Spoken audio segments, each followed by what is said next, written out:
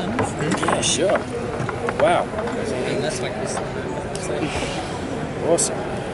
That's the cards for me. Oh, thank you. So, yeah. Thank you very much. Can you sign that too? Yeah, sure. Thank you. Oh, yeah, hello.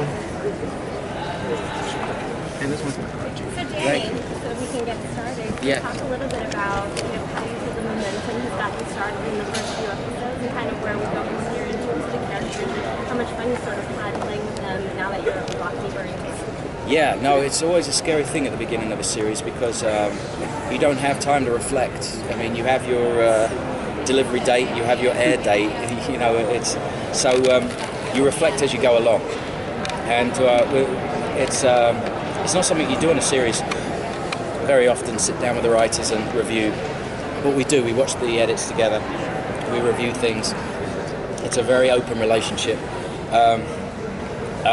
So I think right now the show just gets better and better, and we're all the way up to 9 already. We're shooting 10, and I can honestly say, things get better and better the more confidence we have with the material, because it's a scary thing.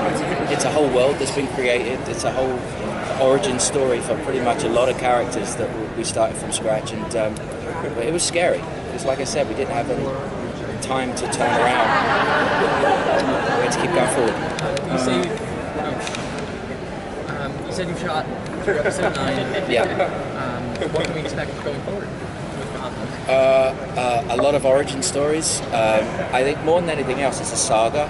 It's a saga about how Jim Gordon, can navigate such a corrupt world, and how does he keep his head above water? How does he keep himself safe?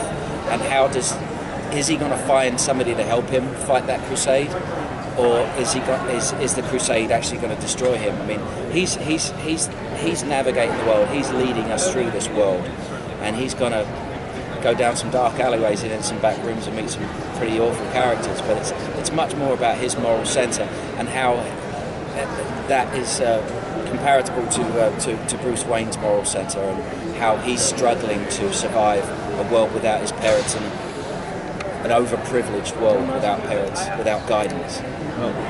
Related to that, in San Diego, you talked about how there was still some discussion between you and Bruno about what Harvey Dent would be in this world. He might have been a law student. You've since announced he's an assistant DA. Yes. So as you're introducing Harvey Dent into this world, can you talk a little bit about what his relationship will be with Jim Gordon? I'd love to save a lot of that for the episode, but in episode 9, that's very we'll meet. What's great about it is he's another idealistic assistant DA who understands, just like Jim does, how corrupt this place is. There's no hint yet of a dark side to this guy. It's much more about, is he going to help Jim through this world, or are they actually going to be at odds? Are they two north magnets? That's what we're going to explore. So they don't know each other yet when they meet? No. Will we get to see any hints towards Renee Montoya and Jim Corrigan throughout the series of where they're headed to in terms of where they went to in the comics? A little bit. At all?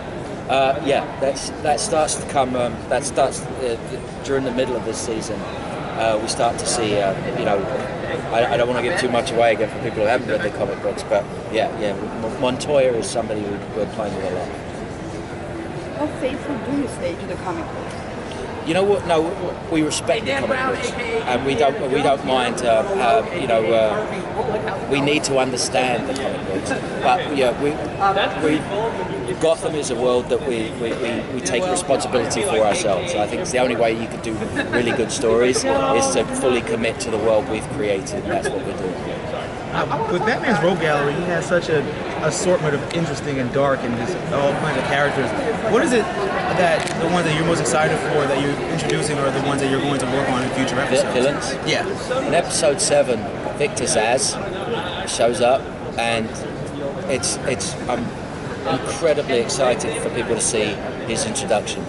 because that was always a scary character in the books, and you know, again, you know, how do we bring him up palatable for an 8 o'clock network audience? But you know, how do we pay homage to that guy that is a terrifying guy? And it's funny, he was an actor that I worked with on a show 5 years ago, and his appearance has changed since. And I met him recently, and he said, if you can think of anything for me. I was like, great. And then when Bruno said, what do you know about this character Victor Zsasz? And I was like, I know the guy who can play him. It was so great. And then I was watching the dailies and him playing this character, and I get chills thinking about it now. It's like that I'm proud of. And just proceeding towards our Arkham Asylum is being, you know, teased and seen a lot. Are we going to see any Amadeus Arkham or any Hugo Strange coming on? Hugo Strange has been talked about, actually. Okay. Yeah. Arkham right now, we're just trying to. There's a big storyline for Arkham, because when we see Arkham, it was going to be shut down, and it's very abandoned, but it wants to be reopened again, and so all of that's going on, and there's a lot of dark secrets beneath it. How did you feel about? One more question? Go ahead. Well, you were talking about doing Victor Zsasz for network television at 8 p.m. Has there been any conversations about how to thread the needle for a show, because Gotham pushes the envelope for the Yeah. No, we realise we're walking that razor line of what's acceptable at 8 o'clock and what's not. But you know, I think good stories are good stories, and to honour those good stories, you know, we're going the distance, and until they stop us, I promise you that we'll just keep going. Thank you. Thank you so much.